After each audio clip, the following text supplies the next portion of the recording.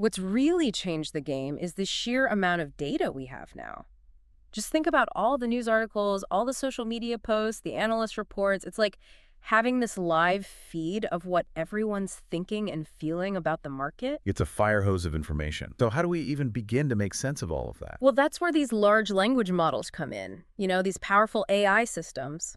Right, they're everywhere these days. Exactly. And they're getting incredibly good at understanding human language, even things like sarcasm and irony, things that used to completely confuse computers. Oh, wow. So they're not just looking for keywords like buy or sell. Yeah. They can actually, read between the lines. Exactly. They're analyzing the tone, the context, the emotion, really getting at the meaning behind the words. Wow, that's impressive. It is, but there's a catch.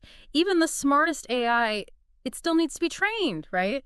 And that means it needs data that's already been labeled. Okay, so someone has to tell the AI this is positive, this is negative, right? Exactly. And in the past, that meant humans had to read tons and tons of text and tag it all as positive, negative, or neutral. Oh my gosh.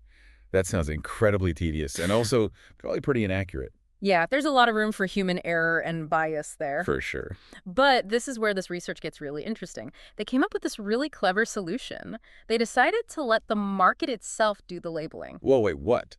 How can the market label data? So instead of using someone's opinion to label the sentiment of a piece of text, they used the company's actual stock return the following day. The one mentioned in the text. Of course, they had to control for things like overall market trends. But this way, they basically linked sentiment directly to the market's performance without any human bias.